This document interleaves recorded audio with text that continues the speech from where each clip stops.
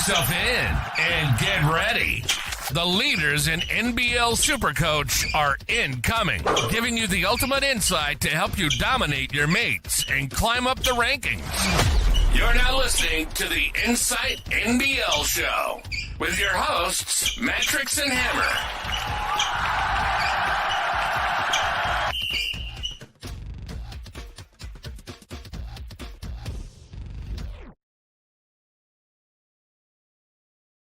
Hello and welcome to the Insight NBL Show, and a special hello to everybody who's been sitting around for about an hour early because I don't know how to type the difference between 7:30 and 8:30. So thanks everybody for popping on, and I can already see the chat popping today. Hammer, how are you this fine round two? One of your absolute best moves, Matrix. But yeah, man, I'm good. It's been nice to have some double games. A whole host of NBL to enjoy over the weekend. What have you been doing?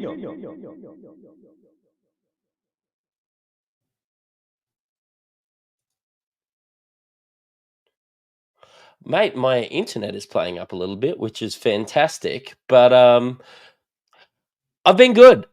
Feel pretty good about this round. Got to watch a fair few games over the weekend. Even with the mighty Brisbane Lions having a huge win.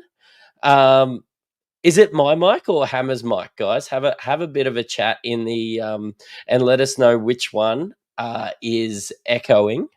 But look, I had a fantastic round. I finished with 428 this week, which has pushed me into 351st overall. Got the C on Jalen Adams, basically. That's the long and short of it. Nothing too spicy on my team. But mate, let's check your mic. And how did you go this week? Yeah, how's that? Sound a bit better? Yeah, a bit better.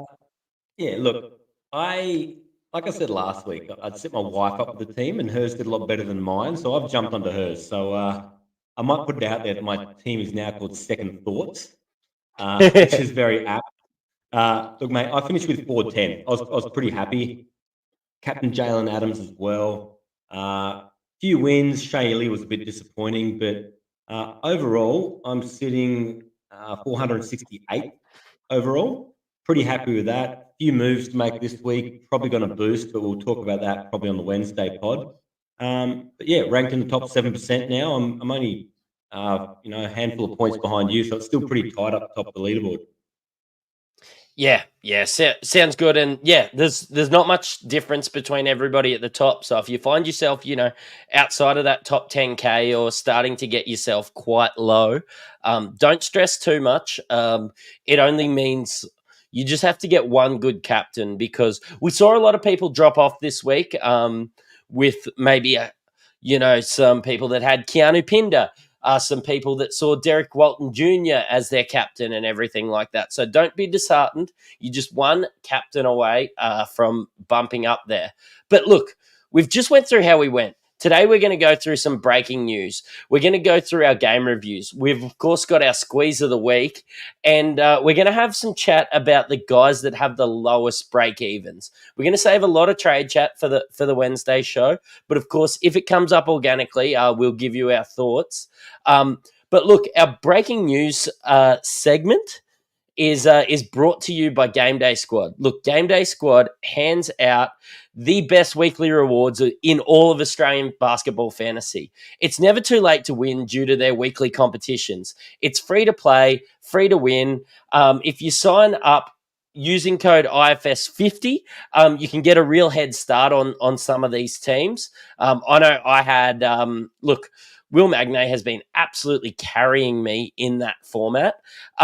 It's funny because it's like a daily fantasy sports. It's like a weekly fantasy sports team, except it's also a dynasty platform. So I've found myself buying low on like a Josh Bannon and some blokes like that before they play, knowing that they're going to be really useful come later on in the year. Even find myself picking up a Benny Henschel, like Platinum and Diamond, hoping that he can come good in the future. And, really building my team towards the the years going forward. We're giving away codes every week. So follow our Twitter, follow our Instagram, and it's just as easy as getting close to the top score in each and every game. I know everybody that had a top score got 2 packs, which, it's plenty of cash to give away. It's plenty of players to build your squad in game day squad. So I'm really excited about this partnership we've got going on.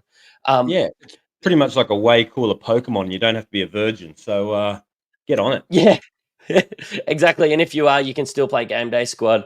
Let's head into the breaking news. It's time for some news from around the league. It's been happening this week, Matrix. Your beloved Brisbane Bullets finally got some positive news out of the capital of Queensland, with big Terrell Harrison getting locked down for another few years. How you feeling about this one? Yeah, good. Look, he had that one stinker, which has ruined our hopes and dreams for Supercoach, and captain is out there. But realistically, he's just probably the best centre in the league at the moment. Sam Froling's very good. I think you can draw a line through Hump. I don't know if you'd consider some blokes like Trez and blokes like that, but look, Tyrell Harrison's huge. He'd have to be up there. We've got Rocco in the team who's going to be going to the NBA draft. This is best possible scenario for Brisbane, I think. Yeah, look, I'm pretty high on Terrell Harrison still. I flagged this on Twitter during the week, talking about the matchups. When they played New Zealand, had that shocking stat line that he just ruined all our hopes and dreams with. New Zealand came out with small ball. He's played against Sam Froling here and a much bigger front line with the Hawks, and he's dominated. I really want to keep a watch on this throughout the season and just see if we can find a pattern where he comes up against genuine bigs, and maybe we just have to avoid him when he's playing against small ball teams. But that's something we'll keep an eye on. But really great news out of Brizzy. For a guy that keeps a bit of a tab on social media, though, there's a bit of a stir coming out between Olgun Ulich and your boy Kendrick Davis. What's the go there? Yeah, well, look, Olgun has flat out just said, look, I'm not sure the way that, and don't quote me on this, basically said, I'm not sure the way that Kendrick Davis plays is conducive to winning basketball. And Kendrick's read it. And Kendrick's just went on there. It's like, let's revisit this tweet in a couple weeks. And I love the fire from him. Yeah. He's sort of what I expected coming out of Adelaide, except I expected Adelaide to be a touch better. But I don't know. We'll talk about this week, but I didn't expect them to beat Sydney, and I thought that they played better. The 0-2 doesn't really reflect how their season started, I don't think. Yeah, they've struggled to put quarters together. They've looked great, and they've looked horrendous as well. It's rocks and diamonds coming out of the city of churches right now. But should we get into it tonight? That's about it for breaking news. Yeah, let's get into it. Let's just head into some game reviews and get right into the meat of it.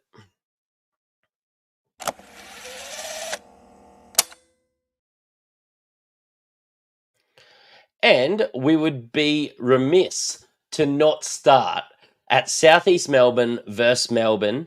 Melbourne took care of the of Southeast Melbourne here, and I did not expect to see the Phoenix 0-3 after their first 3 games. How about you, mate? No, for a team that seemed to win the off season, they're struggling to win a game. Look, the throwdown was all right this game. There's a lot of Supercoach relevant players in there. We had hangover from Derek Walton Jr. Some guys kept him, some guys captained him. Melbourne United's been really relevant through the first 3 rounds of the season. Had the single like everyone in round 1. Only team with back-to-back doubles 2 and 3. Jack White watch. This was a bit of an interesting weekend for him. It was up and down. What did you take out of this one? Look, I like Matt Hurt. I really like Matt Hurt. I think that he's the pick between him and Wieskamp. I think that sort of stretch 5, interchangeable 4 has proven to be just fantastic in the NBL in general. I think he's the perfect fit for our league. And whereas it was a bit of an ordinary week for Derek Walton Jr., I do think that he is still one of the best guards in the game. So yeah, Look, mate, I'm so high on Matt Hurt, and he's early days. He's probably my biggest regret.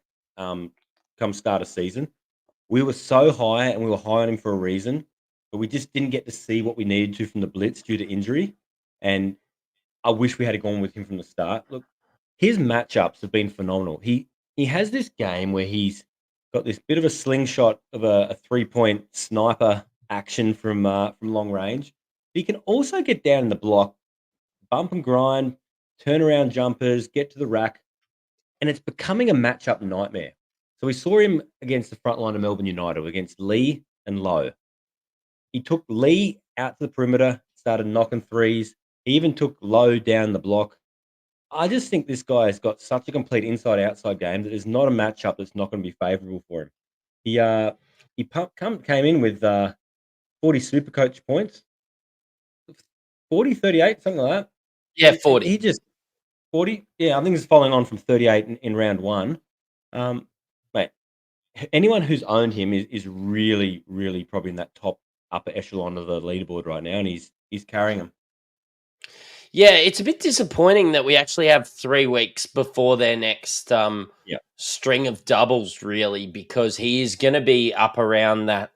Well, I think that he'll nearly touch 360 and that K. And then when you're paying that sort of money, you have to really be sure about captaining.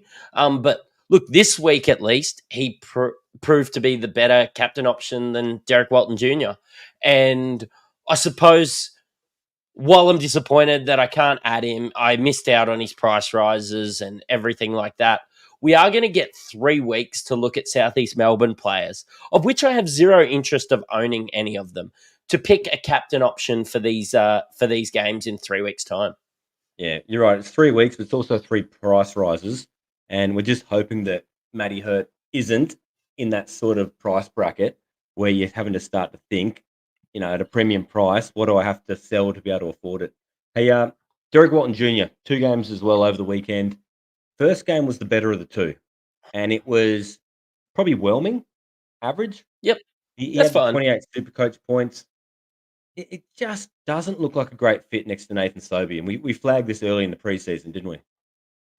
Yeah, I do nearly think that I think, I can't remember if it was Olgan or Pete Hurley or somebody like that. I do think they're going to have to start thinking about bringing Sobey off the bench and maybe getting a Glover or somebody out there, which would be great for Glover. It'd be great for Supercoach, because I do think they are taking away from each other, which, look, let's be honest, we did kind of expect. Yeah. Look, it was Derek Rucker talking about that this morning on the podcast, and he's right.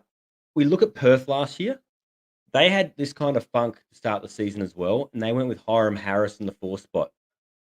Maybe they need to do the same with an Angus Glover or someone like that, more of a role player, so we haven't got so many mouths to feed. Maybe it's similar to Sydney bringing Cam Oliver off the bench. Is Sobey going to be a better spark when he's leading the second unit? He doesn't have to fit in with everyone else.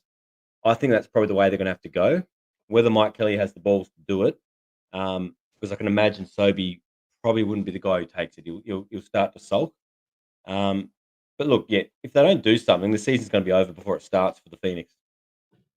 Yep, and they're going to have to act quickly. Melbourne, really impressive. Matthew Dellavedova. I'd love to say the only reason I stayed away was because there was news of a bub on the way, but really I just didn't think that he would be this good this year, and he is this good this year. Yeah, look, it doesn't make him any easier to look at, but he's been pretty good. I feel like we've been watching Delhi for so long, whether it's been the NBA, through college, through the Boomers, and you just start to think to yourself, where was this Matthew Dellavedova 10 years ago? The guy who actually looks to score, the guy who gets on the offensive end of the floor, who's not just known for being defensive. The game he's put together for the last 2 years, you're just thinking, where was this?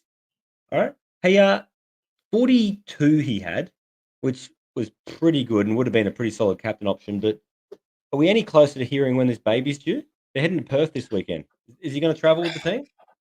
No, and if you've got any nurses out there, like I said, that know Mrs. Dellavedova, please get in our DMs. You can have a standard squeeze pack for any information on Matthew Dellavedova and the birth of this child, because we need to know, because he's still heading into a double.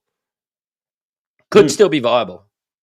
Possibly. I don't know now. If you haven't got him, probably too late. But hey, Jack White, he's one a lot of us have. Although he was one of the most traded out this week. So a lot of guys jumped off. And in game one, I thought maybe that was the right move. He started the game again awfully slow. We got to half time and he didn't even have a single stat, I don't think. I remember writing that in the game review. And then all of a sudden, someone must have gotten his ear. He must have logged into my Twitter and realized how disappointed I was and felt bad. And he woke up. 23 Supercoach points in the second half, including 19 in the last quarter. So that's about his break even. And I put it out on Twitter and I said, are we looking at this glass half full or glass half empty? Are we excited by 23 Supercoach points in a half? Or are we more concerned about 0 in the first half? I think you've got to look at it as a whole. The guy was just cutting laps the first half. But, I mean, I'm so lucky I didn't have to make a decision after this game, and we got what we got later on in the week. So I'm not sure the backup center minutes are there that we kind of expected for this guy. But look, does that lead me into the centers? Can we talk about, Rob Lowe played 14 minutes and then Marcus Lee played 22. I'm really starting to think that Rob Lowe wasn't the right decision. Well, you got to remember, Rob Lowe had 2 fouls within the first minute. There was a lot of foul trouble to start this one. I genuinely think this is going to be a minute split. I think it was foul trouble that really gave Lee the edge, and he had some moments. Lowe came on again late, and he did a bit more. He's a high points per minute guy, but I just don't like the centre situation at all. I'm not about it. And moving away from these Melbourne doubles, I think we can find a lot more value at centre, especially with a lot of these forward centre eligible guys. That's probably it. We'll probably touch on Bullets. The United again in the second game. Yeah, we'll chat about Illy then. Yeah, gross.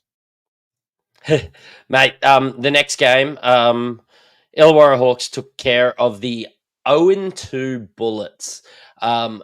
Trey Kell for this one was the guard of the round, probably. Phenomenal.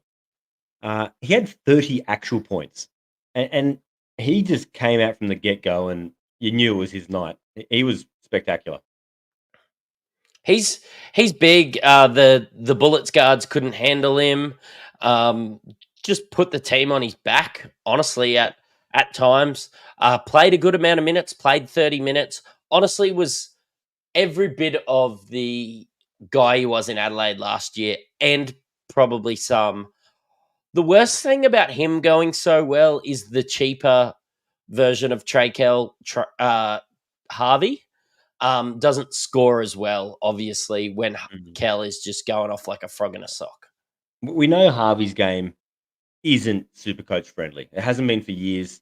He just lulls you into it with some big moments, and you think, well, that massive half-court three should be worth 30 Supercoach points on its own, and it's not. I've got some concerns about Trey Kell, though. The price tag's up there. We know we've got that hangover from Adelaide where he's come in at a really inflated value. Is he going to score 30 points a game? I don't think he is.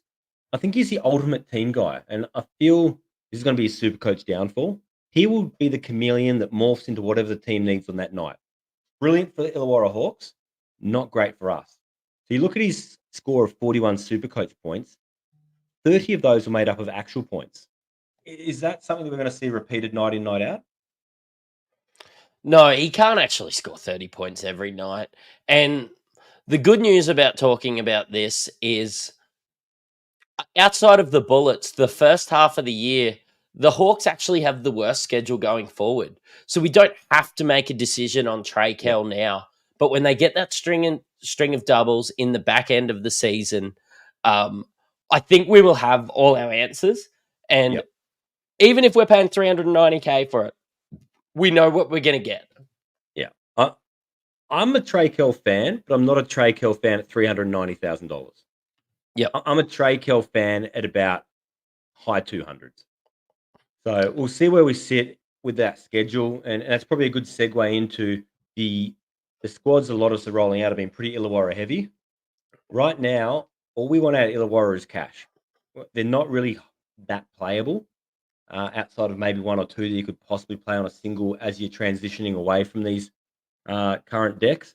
But you need an exit strategy and you need to balance that cash gen versus your points. Yeah, and I suppose when we're talking about the cash gen, we're talking about Lockie Ulbrich and Will Hickey. I've been uber impressed with Lockie Ulbrich. Yep. Starting to think Hickey might be a trade. Yeah, I flagged after this game that I was going to trade him. He did pop up in the second game and give us a little more, but maybe a case of too little too late, and especially with the schedule. He just hasn't been as good as we expected. And a lot of his stats, he's padded late. Look, the Sunday game, a lot more what we expected, but out of 3 games, he's popped up once. Hey, the other one I'm talking about cash generation too is Darius Days. I think we can ride that one a little bit longer if you can afford to hold him on your bench. Yeah, and we'll have a bit. What's his break even? His break even heading into this week is 19. He hasn't scored that low at all this season. I think it's 240s and a 22. We can expect him to make some cash while still getting you decent amount of points. Yeah, and if you're stuck, he may be a guy at a pinch you could play on a single. I think Days is at least a hold for one more week because you're probably going to have a bit more work to do elsewhere, even if you tuck him away on your bench.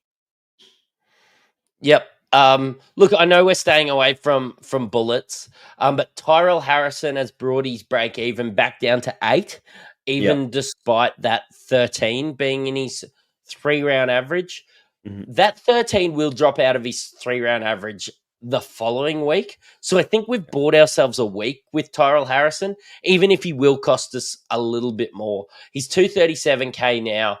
Even if he does score a 40, you can expect him to be about that 248. But if he's got 240s in his rolling average and then you expect him to drop another 40, then that's when you can really start making cash out of Tyrell Harrison. Yeah, if you've held this long, you'd probably hold just to get it. A lot of guys have jumped ship. But like you say, if you haven't got him, I think all we've been trying to do is bridge that gap until he becomes relevant around that round 9. So the longer we can hold off with him out without hitting 300K, the better it is. The other one out of this game that we probably need to talk about is Casey Prather. There's been some news. We didn't touch on it in breaking news, but Sam Mack, he is out for the season. They also have a whole host of injury concerns. They've got Norton, who's possibly out for a while. They've got alarm bells sounding at point guard. Bateman's possibly getting flagged as getting sent home very soon. All of a sudden, Casey Prather's relevant. I think Dengadell might even be a bit banged up. Yeah, and I mean, it's in the same game, so it's not answering a question with a question. If you have 30K, Will Hickey to Casey Prather could be a very nice out. Yeah, look, expected cash rise. The role's going to increase. He's warming into the season. Still don't love what he's putting out there, but look, this game he played 26 minutes, and despite 3 turnovers, still notched 24 Supercoach points. His current price tag of around 130K. If this is the production we're going to get from him, 24 Supercoach is above new import break even. So we're probably looking around 280K, getting up towards there if that's what he's going to produce. Which is, that's 140K. That's nothing to sneeze about. Look, those guys aren't too Supercoach relevant, but what was the best game of the round? Perth Wildcats versus the Sydney Kings. Jalen Adams dropped 51, come down to an Elijah Pepper 3 at the end. That's not something I thought I'd be saying at the start of the week. An Elijah Pepper 3 to win. That was pretty interesting, wasn't it? We knew Henschel was out. We started celebrating because that first game that he had will now come into the price rise calculations. But I've got some concerns now with Elijah Pepper coming on for 18 points, actual points in this game, that is. He's pushing a case to compete for minutes with Benny Henschel. And this is getting us back into that murky territory that we were in last year, isn't it? Yeah, it is. Deja Ben vu? Henschel's going to make you money this week. So let's just leave it there. Elijah Pepper, after I had a bit of a look at him at the start of the year, I was pretty excited about him coming into the team. And then again, we watched the blitz. We didn't see enough. I think it might have been on I can't remember if it was on the Discord or the Patreon. Everybody absolutely roasted me when I said, I don't care, but I want Pepper at 69K starting price. I got roasted, but given the opportunity, the man can shoot. His score will be very conducive to how many points he scores. I Yeah. don't think he can do much else, but he was hot this game. And like, if we're talking about 24 Supercoach points being a 280K guy, 27 Supercoach points, he played like a 300K guy in this one. There's a lot of DJ Vasiljevic about him when DJ first came back from college and played with the Kings, before he found out you could do other things other than catch and shoot.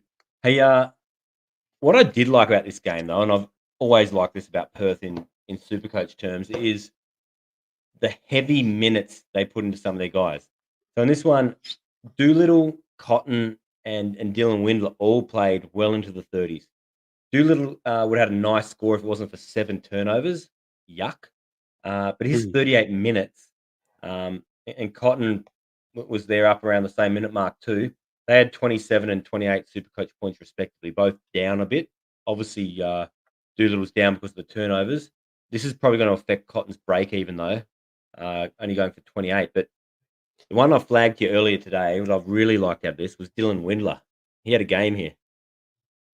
Yeah, and I don't know. Let us know in the chat as to whether he was guard forward eligible at the start of the year. I thought he was just forward eligible.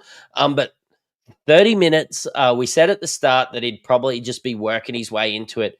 16 rebounds, which when Keanu Pinder isn't playing like an absolute potato, then I don't expect 16 rebounds to come Dylan Windler's way. I'm not sure this is the new norm, but I definitely expect him to outplay that 277K. Now that he seems to be working his way into this system, honestly, really, really nicely.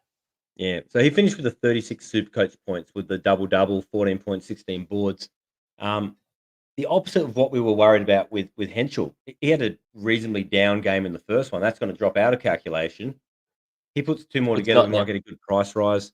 And you're right, he's definitely guard forward eligible now if he wasn't before, which is going to open up a bit of flexibility if you want to bring him in. He's definitely on my radar potentially for at least a week.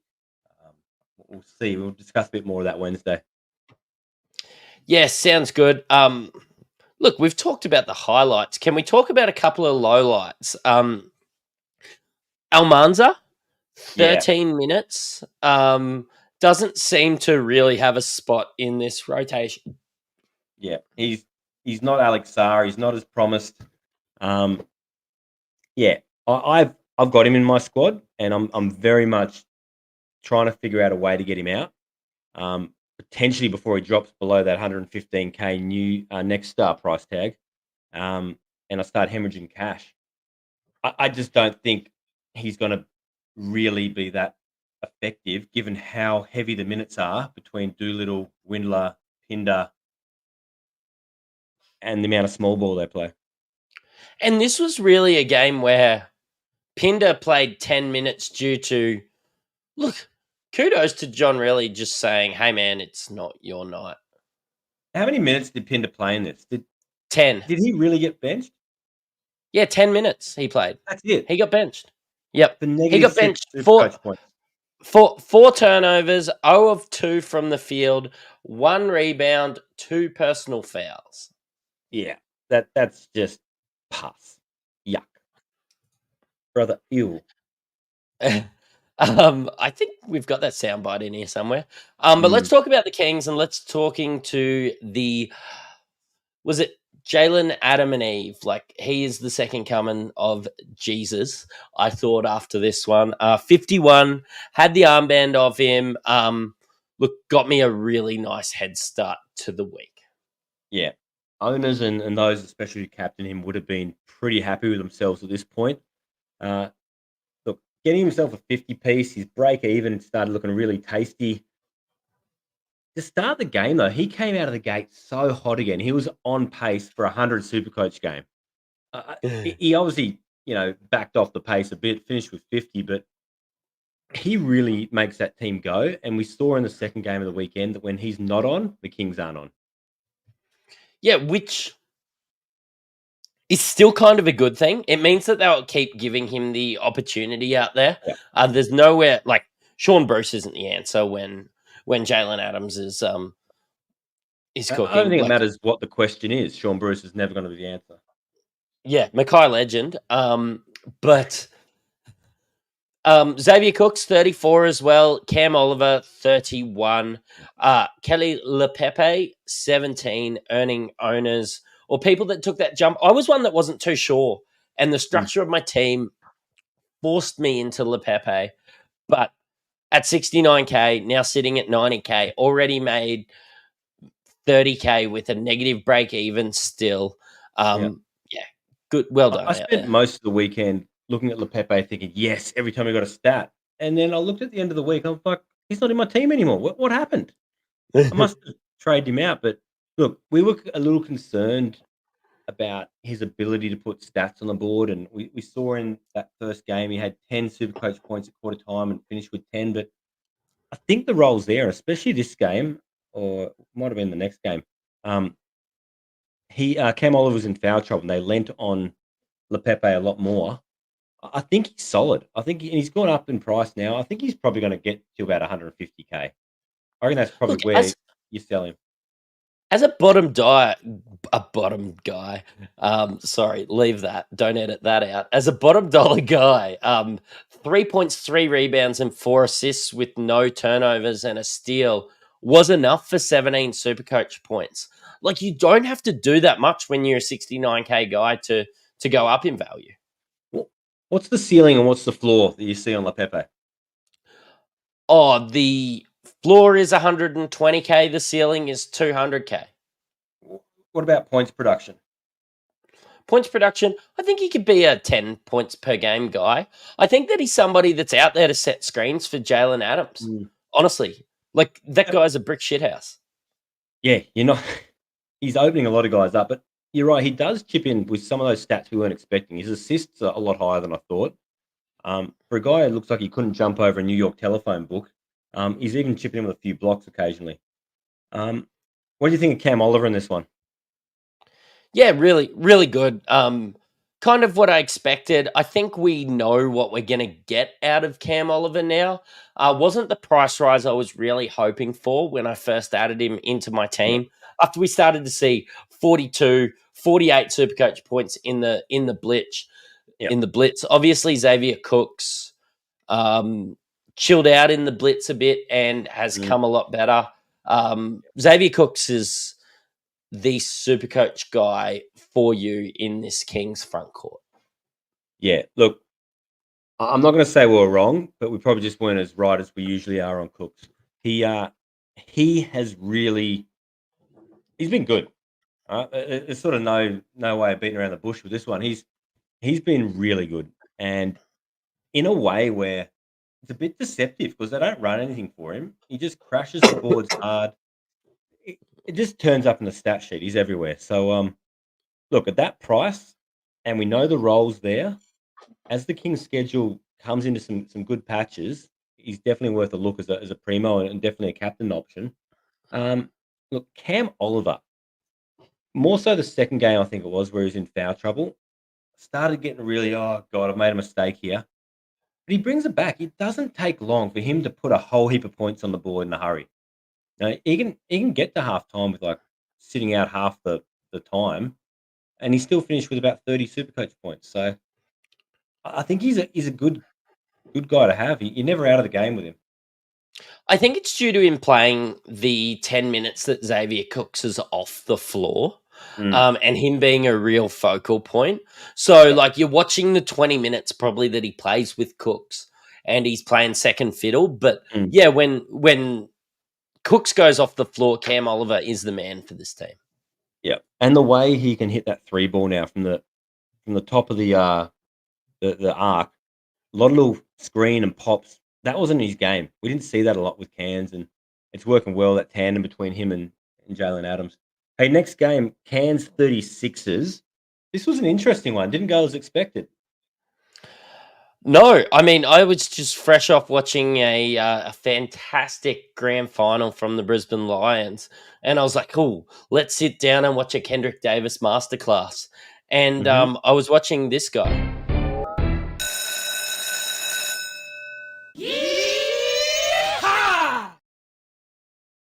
Yes, I am talking about Sam Fraudenberg. We fell into the trap before. Are we going to do it again? I'm considering it. Oh, He got me good. That was he had a 50 piece. Man, this is not Sam Fraudenberg. 50 piece? oh. He wasn't this game, but just remember, like, the things that are coming into play are Tanner Groves in foul trouble. Mhm. Montrez Harrell, while he played really good, really wasn't quick enough to get out to the perimeter for Sam Wardenberg's threes. I just think that we're overreacting if we're adding Sam Wardenberg. I know he's got a 9 break even coming into a double, but Mm. really, like he just scraped a double double. I know technically he's the captain on this team. I don't know. Played 37 minutes. Will we ever see Sam Wardenberg play 37 minutes ever again? Like, I'm not about it. I'm not adding Sam Wardenberg. Look, I think the reason you'd be adding him is for the price rise. He's tipped to go up 44K or maybe a bit less. I think that's Magnay I'm thinking about. But that's the main reason he looks attractive now is the price rise. I don't think you can guarantee a good score every week. He's inconsistent, and a lot of us still have a little PTSD from how he burned us during that Cairns run of doubles they had last year. You know where I thought you were going with Fool's Gold on this one? Was Rob Edwards.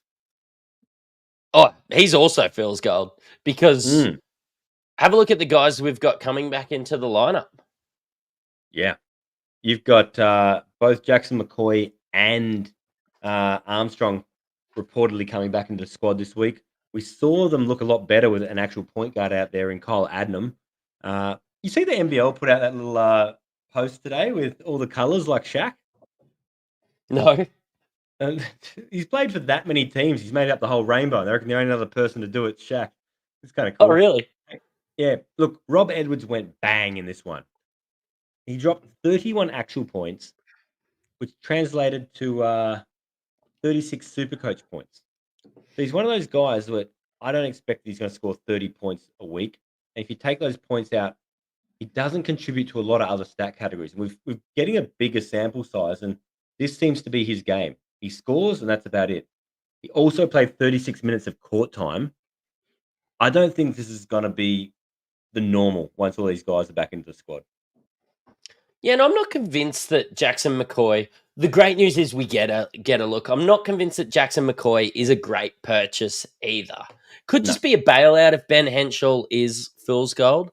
But yeah, Rob Edwards, like definitely Jonah Antonio, you're not going to get a massive price rise out of him because he's going to go back to his usual 10 to 13 minutes per night when all these other guards come back in.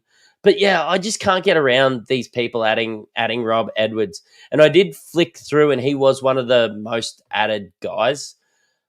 I just like you start taking those points out. He had 4 assists, 3 turnovers, and 31 points. Say he has a down night where he scores 14 points. He is dropping a lot of money. 100%. Look, I had a chat to a mate during the game on this one. We're talking about imports who should be having their bags packed, passport ready, because they're probably getting sent home. We talked about Bateman from Brisbane. We talked about Gillespie from New Zealand. Another name that came up that should be probably a little worried is Pedro Bradshaw. He was horrendous again. Is Taj McCall available?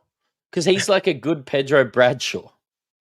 Yeah, and sometimes he coaches games instead of Adam Ford. Hey, look, he's just not really putting it together. I don't even know what it is. He feels like he should be able to play, and he just can't. Yeah, look, 10 points, 3 rebounds, 2 assists. I know a lot of people were high on him. Still got 25 minutes, so still got a lot of opportunity. But yeah, no, Well, I won't be he got the voting for opportunity because they Pedro. had no one else. They were suiting up, all the call ups from the under 12, Cairns Division 3. But I don't see it continuing. And the only reason I don't think he will actually get sent home is that Cairns is a community team and they're always pretty tight on the budget and they carry these guys. But yeah, big concerns there. Tell They you were what else is a better big with concern. they were better with Galloway out on the field. Can I say on the He court? showed up for once. Mm. We were high in the preseason. He hasn't shown us much all year, but he's a points per minute guy. He came on and it didn't take long for him to put some stuff down. Hump, I, you oh, concerned? yeah, no, because I'd love some price reductions if, if Montrez goes home and you get Jarrell Martin and then you get Hump at this really cheap price, then I do really like it. I mean, his ego is going to be bruised and battered, though. He played 17 minutes in this one and stunk it up. Yeah, look, I put out on Twitter during the week. These guys are pretty much in a minute share, and you look at the plus minus. Hump was negative 24 on the plus minus. Trez was plus 23. Like, if that's not a clear sign that you probably just need to play Montrezl Harrell, I don't know what it is. The only sort of silver lining is that we may get that price drop and he becomes more relevant when Adelaide become more relevant back in the back end of the season. But I am hearing Jarrell Martin is scheduled to return round 6. Which, with 4 games in 2 weeks, I'm incredibly interested in Trez. He played 21 minutes. He does look to be blowing when he hits that bench. But, I mean, just a firecracker. Only missed a couple shots. The great news is he hasn't been getting to the free throw line that much in the way that FIBA basketball plays, which is awesome because he can't shoot it from there. I'd like to see maybe a few more rebounds from him. But the way these guys were shooting, it was like your Lap Mayans and even DJ Vasiljevic went and got more rebounds. Sunday Deck had more rebounds than him. But would you be surprised if he played 25 minutes a night in the next 2 games? He played 17 in the first one, 21 in the second one. With that plus 23, like, we've got to start to see a bit more of a minutes bump, don't we? Surely. I think having an NBA coach, these guys are analytics guys. They'll probably be looking at that pretty carefully. And just the way they play, Hump is obviously not a focus. They just don't throw him the ball. And he probably just doesn't go out and get it as the same way Trez does. But look, in this one, Trez had 20 actual points on a crazy efficient shooting percentage. And he padded his stats late. He got the 35 Supercoach points, which you'll take any day of the week. He's shaping up, I reckon, he'd be getting close to must own for the next couple of weeks. Especially when we're trying to move on from either Days or Oliver, maybe a Jack White the week after. This forward centre rotation, and he's forward centre eligible. There's some decisions to be made here. No, he's not centre eligible, is he? I think Oh, he's he forward is. centre. Yeah. Oh, sorry. I thought he was forward only. Perfect. No, even better. Last one to touch on here, Kendrick Davis. What are your thoughts here? Is it? I think it is conducive to winning basketball, Logan. I think that he's been working his way into it. Like, he is a shooter, and he's been shooting at 30%. Or he shot at 29% in this one. Shot 42% in the G League. I think he's working his way into it with a new team. I think that we can see a bump. And I'm starting to think he is also a guy heading into a double-double. That is must own. So, yeah, like DJ Vasiljevic, you have to pay an extra $100K for a guy like that. Look, Kendrick Davis, you could even get off Shea Illy on a double for Kendrick Davis, and I think it would be a smart decision. Yeah, and he hasn't played well, and he's still ticking that Supercoach score north of 30. I think we wait till he puts it together, and he'll almost double-double. I think he had like 8 or 9 assists in this one, and he's not hitting his shot. Yeah, I think when he puts it together, it's going to be pretty special.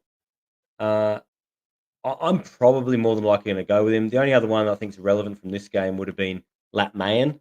I bought him in just because I had sort of a spare trade, and I'm trying to save some for this week. But he came back to earth from his 34 Supercoach points he had the week before, but 17 was respectable for a guy coming in about 130K. It's clear the 4 spot's his. He played the second most minutes on the team. I don't think I've got any issues whatsoever about opportunity. And he worked hard for that 17. He just toiled away, and I think it'll come easier in other games. So I'm sort of mid on him, but I think with 2 doubles coming up, he's holdable. Yeah, I think so. I think, look, any guy going into 2 doubles, like, would you prefer Will Hickey or this guy at the moment? And I think like that was a good trade if you had it last week. Yeah. Look, can we talk about Big Dick Will Magnay? I would love to talk about Big Dick Will Magnay. Tasmanian JackJumpers 81 took care of Melbourne United 72. Absolutely nullified the Melbourne United centres. This forward centre eligible beast that's averaged about 18 minutes per game the last 2 years is suddenly getting 28 minutes per night. And the forward centre eligible beast who has never played a single minute at forward, what a luxury. Yes, I tell you what, nobody tell all those blokes at Supercoach HQ what's going on. It's okay. They're still watching the AFL. So I'm sure they can't fix it up now that we have spots. We have him already played in the forward. So if you add Will Magnay, do us a favour. Make sure you've got him in forward and force these guys never to take that forward centre eligibility away. He was elite in this one. 56 Supercoach points. I think it was 5 blocks to go with 18 points and 10 or 11 rebounds. He just owned the paint. He was swatting shots left, right, and centre. My only concern here is Tassie have a patchy schedule, but he is slated for a massive price rise. I think it's tipped in at around $44,000 on this week. Are you tempted to bring him in? Look, so he wasn't on my radar, and I do my my little Sunday recap. Everybody gets to see me gassed on the way back from a run. I love it. Highlight of my week. Look, everybody thinks I'm running to the bottle shop, but it just takes me that long for my fingers to work to upload it because it's actually. I think you're just an athlete. Thanks, man. Means a lot, especially coming from you. But I wasn't actually interested in Willie Magnay, and then I started getting questions. They're like, "Why do you think Tasmania's schedule's so bad?" And it's because it sort of goes 2-1-2 that I wasn't looking at him. But 5 games in 3 weeks, I don't love it. And especially at that awkward price. But if he's producing in the 40s, let's not even talk about production.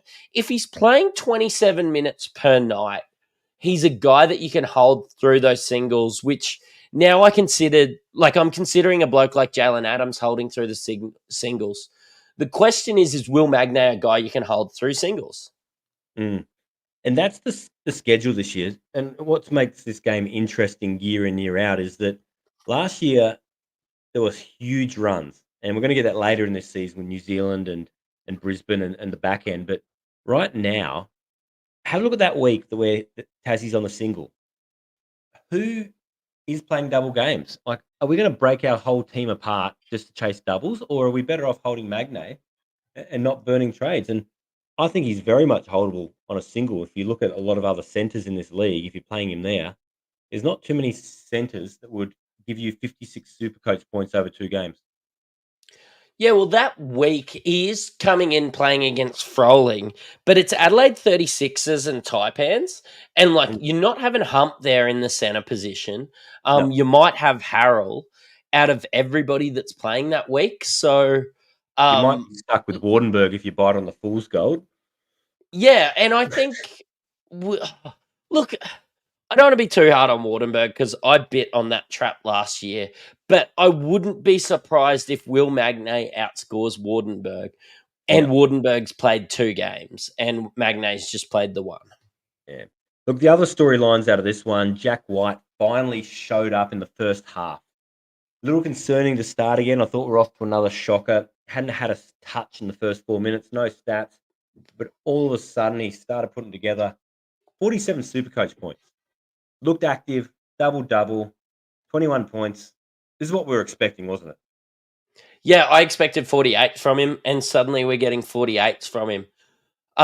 Coming into the next week double, I'm actually pretty happy that he has started a little slow and watched people jump off him. He Yep. was I think the third highest Supercoach scorer this week, outside of Jalen Adams and Xavier Cooks, I think. Okay. Look, Oh, no, you played the double. Yeah, you was up there. yeah, he played the double. Yeah, sorry. So you're absolutely chuffed if you held White. I thought it Yep. would be a slam dunk and I wouldn't be having these happy moments with White. But due to his so slow start, we've got him. So how good? Yeah, but look, he's played. What's he played now? 4 games? Mhm. 3 games? Are we getting excited over one game when we've been so disappointed on the other ones? I don't know. I'm definitely holding this week just because of the team makeup. We'll likely get off him after that and hopefully get a little bit of a price rise in there. Let's talk about someone who's made us both very disappointed. Shaylee. Mate, Shea Illy. It's not the minutes. It's not the role. He's playing big minutes. He's just playing bad basketball. He didn't even get a lot of turnovers. He just was cutting laps out there. 1 of 8 from the field, 0 and 2 from 3, 27 minutes. There's nobody else taking minutes off him. Just a disappointment.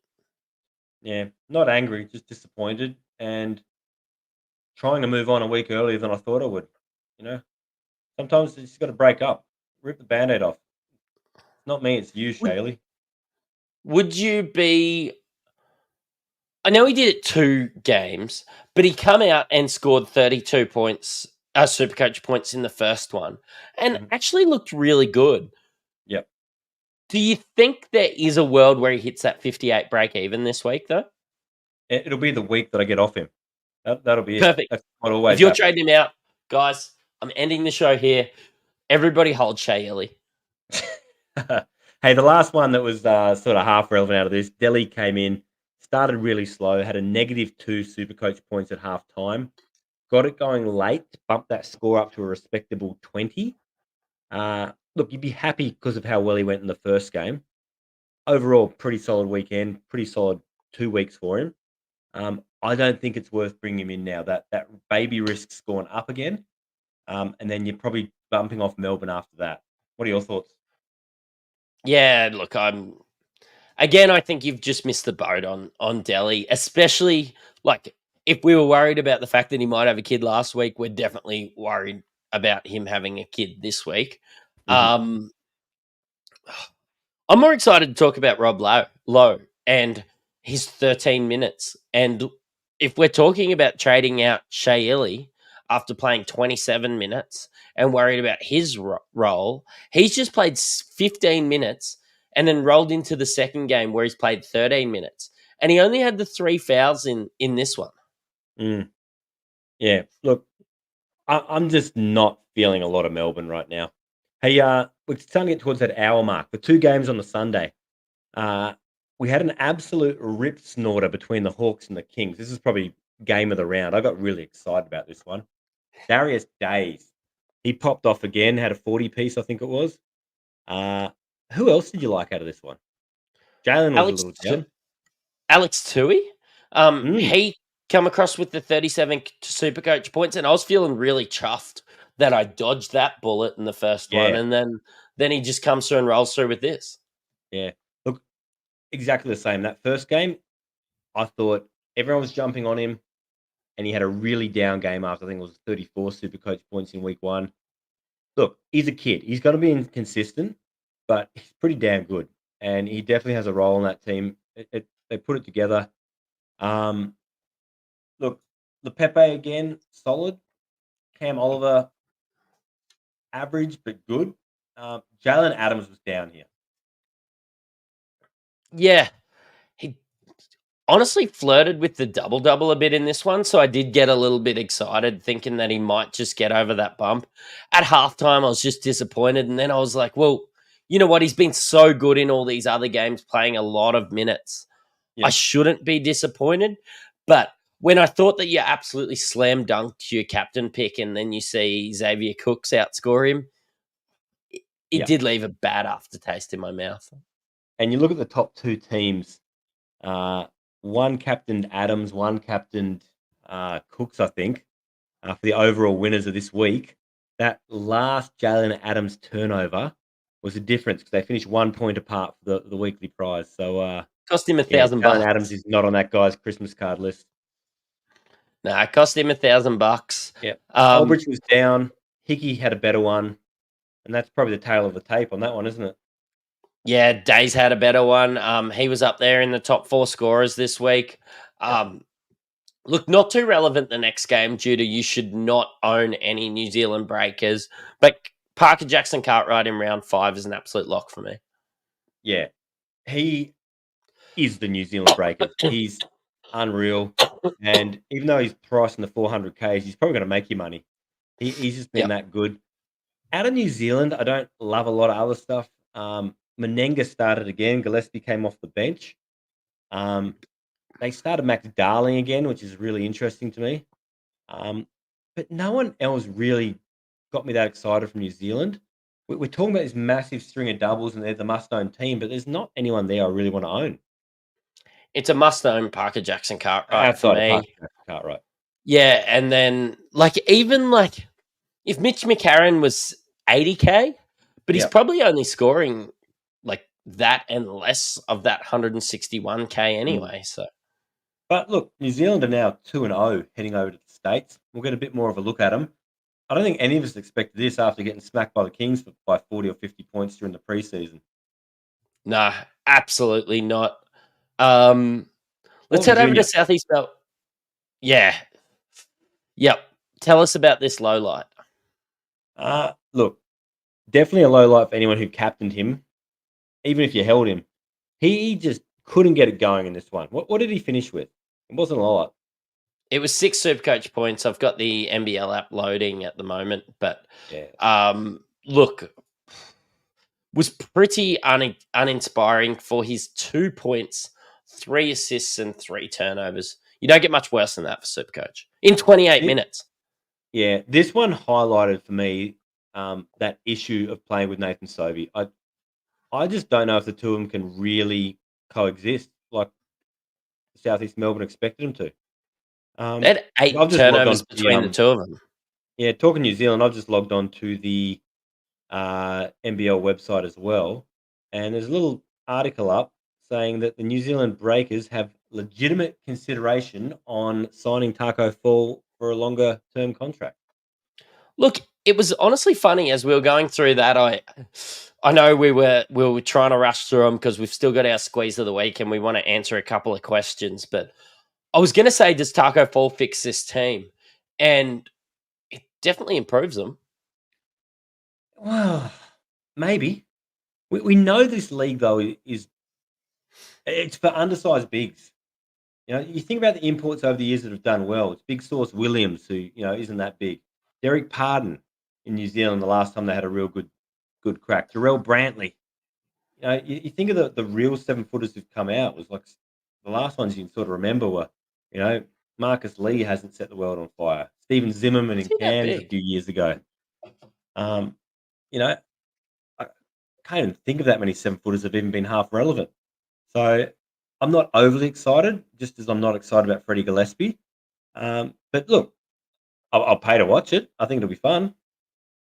Yeah, I'd go watch a Taco Fall game. I'm excited to watch Matt Hurt shoot over him next time they play too. He was good in this one. But yeah, look, breaking news. You heard it here first. They're considering signing him. So yeah, there's an article. First, if you didn't hear it on the NBL website, that is 100%. Yeah. Mate, should we head into our squeeze of the week? Do it. Mate, the Standard Squares have been long-term sponsors of us. They've got a lot of great products. I've got them all over my shoulder when I go live again, but you can use code IFS15s. I use my 4-in-1 every day to keep my cans cold, my coffee hot. Of course, they have the original Standard Squeeze where you can squeeze it, get the perfect 30 ml nip. They now have a double shot, so you can make sure you know how much you're drinking. Look, in Australia, we love camping. You don't have to worry about dropping glass bottles. The Standard Squeeze are fantastic. I know they've got a lot of different types of wine products and everything that I neither own nor drink wine, so that's fantastic. But yeah, look over my shoulder there. There's plenty of products. Have a look. Use code IFS15. We give away a pack and some of those stuff every week to our highest scorer. And this week is Shoaib, coach of Guns N' Roses, who didn't have a starter score less than 57 this week. We're talking Massive. Delhi. We're talking Days. We're talking White. We're talking Cam Oliver. And we're talking Jalen Adams, captain, for his 460. Big note should be that he didn't actually have Ben Henschel, so he didn't cop that big zero that we all did, which honestly was probably the difference between some of those guys that finished well and finished with 460. So, yeah, you've won yourself a squeeze pack this week. Slide into our DMs, get yourself some of those products, and congratulations. Absolutely. Hey, 460, that's only 6 points off the overall winner for the week. So massive, massive effort. Yeah. And leading our competition is Pete, coach of the Rim Shots, which is our overall leader. He scored 454 this week. I believe he captained Days in a very similar team to Shoaib there. So yeah, congratulations, boys. It's good to have you as part of the team here. And let's head on to our squeeze of the week next week. So, mate, do we want to have a chat about some of these break evens, or should we tackle some of these questions? Look, let's go top 3 break evens, and we'll cover the rest on Wednesday night. Probably a bit more relevant when guys are making their final touches to their teams. Mate, the lowest break evens are. I'll lead these into 1 and 2, and that's Benny Henschel and Elijah Pepper, both with -9. Look, it's consideration. I think Henschel, a lot of us have, and will definitely be a hold. I think he'll more than cover that. Pepper, I wouldn't be bringing him in just to cop the break even. We've chatted an awful lot about Kelly LePepe, so I might skip him. Casey Prather has -4, heading into a string of singles. Should still make a lot of money, though. Yeah. We went through before all the reasons why his star is shining a little brighter over the season from what we're expecting. You know, one man's trash is another man's treasure, and all these injuries are working in Prather's favour. Look, Flavor. the schedule has been the one thing that's turned us off Brisbane, despite Brisbane having some really, really great cash cows and some relevant players. So if you feel like you can hold him, maybe it's a downgrade from Ilmanza, who we might talk about on Wednesday night. He's giving us all the shits. It's an option. Look at it. Make some cash. The other guy with a negative break even is Jonah Antonio. He has a -3 break even. Yeah, he is Phil's gold. Just due to the fact that we've got Taron Armstrong and Jackson McCoy, fingers crossed, coming back in this week. Yeah, 100%. He will slide back to his normal role where he backs up Rob Edwards in 10 minutes a game, probably on the high end. We know he doesn't normally give you a lot more than just some 3 balls. I would be staying away at all costs, and I don't think the price rise would even be worth it to try and jump on it for a week.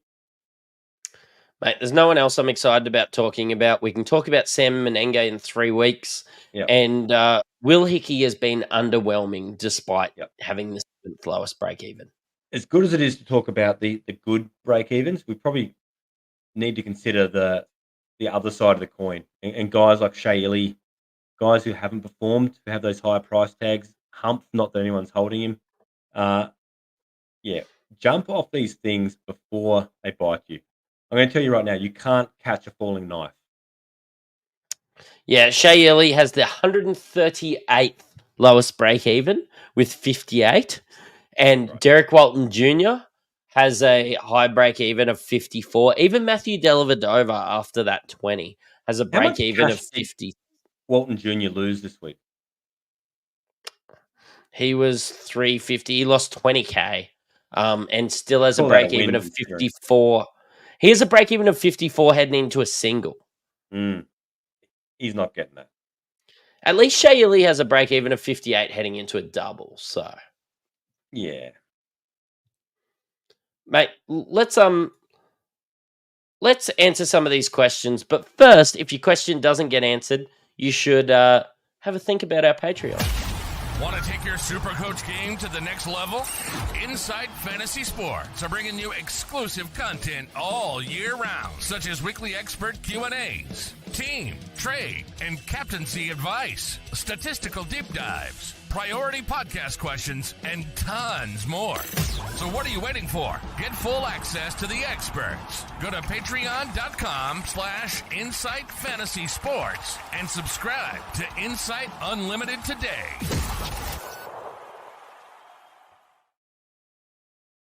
Mate, we've got a couple of good ones from Global. And the first one is, would you trade out underperforming primos like Shea Ely before underperforming rookies like Almanza? And I suppose why he's asking these questions to some of our newer listeners is like underperforming primos should still score well to a certain degree, but you're going to start to lose that cash. Whereas your underperforming rookies, Almanza's not going to lose much cash. He's only 115K, Yeah. but his score's not going to be very good. Nah. Look, this is another filthy would you rather like the one we brought up the other week. But look, in this instance, I would be more, if we're talking about this week, be more inclined to get rid of Almanza. I think Shea Ely is still a chance. You know, he's got the minutes, he's got the opportunity, and we saw him do it in the first game. There's no reason he can't put it together. All right? If you're putting it down to Almanza or Illy, I'll get rid of Almanza in this case. I just don't think the opportunity's there, and for him to cover that in the 10 minutes. You think that last game, they played Pinder all of 10 minutes, and Almanza still wasn't the beneficiary. That's what's got me concerned. Yeah, and I think it's when the underperforming primos are Keanu Pinder, Bryce Cotton, and Milton Doyle. Like, Yep. they're guys that could, if they lay a turd this week, that could be season defining. Whereas Illy, I think if he drops I wouldn't call him a turd, primo. yeah, exactly. He might only drop 30K, Illy this week. Whereas he's still going to score you 30 points. He's still going to score you 30 points, and there is a world where he hits his 58. Yeah. If there's a world where you can put him on your bench, you know, if you don't have to get him out this week, maybe that's an option. If we're talking about primos we want to trade out, I'd be talking Derek Walton Jr. I'd be jumping off that one. You know, he's not going to get his break even. You're going to lose more cash. If you want to pivot that position to another primo, you're going to find yourself coming up short. Cotton's another one I'm starting to think. What's Cotton's break even right now? 90. 90 on a double, so 245s. That's another one that's got me concerned. Like, he was one I'd flag potentially a Jalen Adams to a Cotton on the double this week, back to Jalen Adams, then to PJC. You know, as you start to think, you know, best case scenario, plan my trades out. But when you just, you know, chop and change between primos, now these price rises are coming into play, a bad game can be the difference between not being able to go up to the next guy. Yep. Global's second one is rate these players, Pepper, Antonio, and Mayan. I'm not interested in Antonio, so 1 Mayan, 2 Pepper, 3 Antonio. Yeah, go the Mayo, the Pepper, and then don't even think about Antonio. Oh, that's a lot of sauce from you. Saucy. Rob's Punk's in the chat. He's been loving your analogies tonight, mate. But I like Rob. He's a good bloke. yeah, and he's gonna like you more after you give him the right answer as to whether Edwards or Davis for a double game week into a price rise. I'm going to go with Davis. And let me tell you why. We highlighted before that Edwards is so dependent on points. They are not. They played Adelaide last week. Adelaide are not a defensive juggernaut when it comes to the guards. I don't think Rob Edwards is putting up those numbers. I don't think he's going to have the ball in his hands as much now Armstrong's back. I think there's going to be a bit of a chemistry dynamic change there. I think Kendrick Davis gets it going. He's been getting 30s week in, week out, playing poorly. He's going to figure it out. I think that's the play with both the same amount of games over the next 2 weeks. I think over 4-game sample size, you'll see Kendrick Davis come out on top.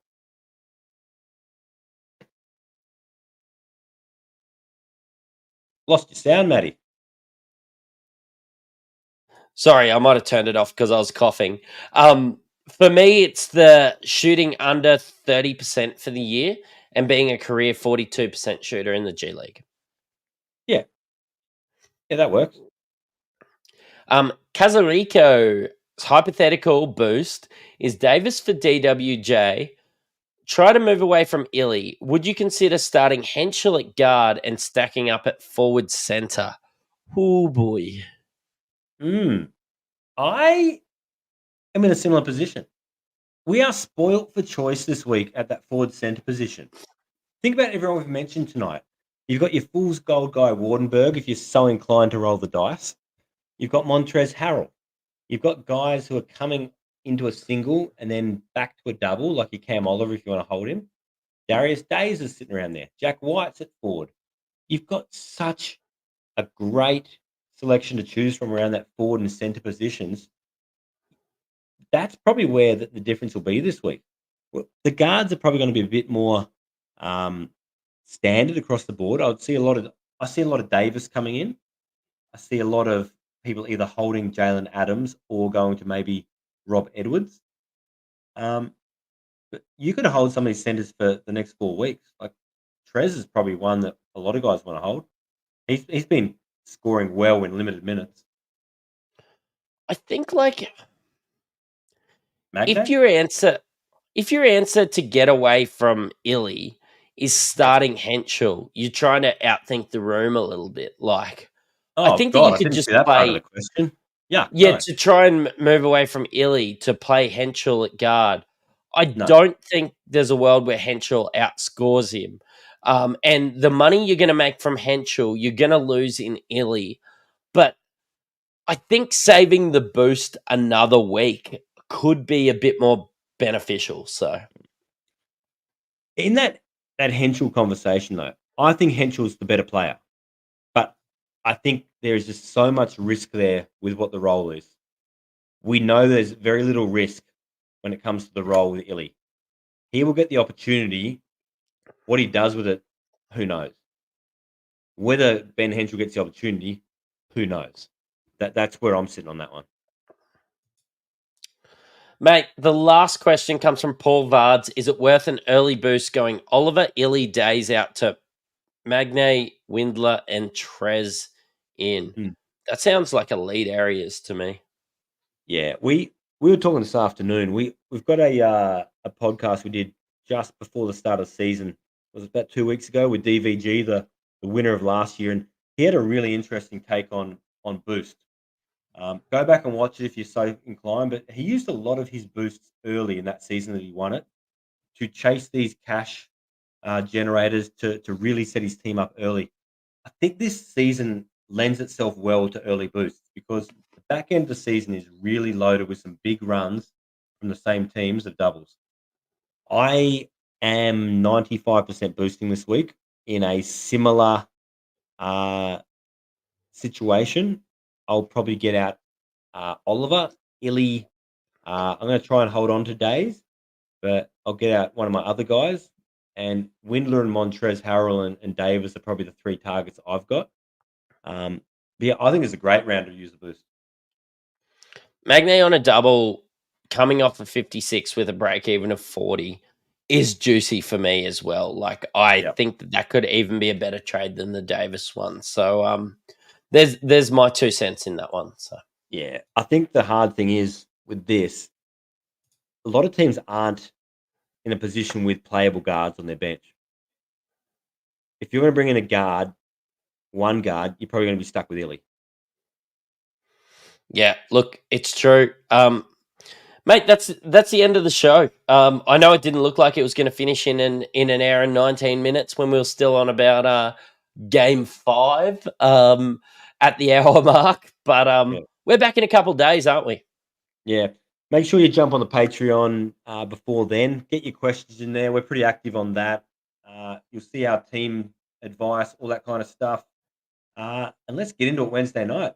Can't wait to see you guys again. Also, a flying toilet. He's needy tonight, isn't he? He is needy. He does want us to notice him. This is what happens when he says it.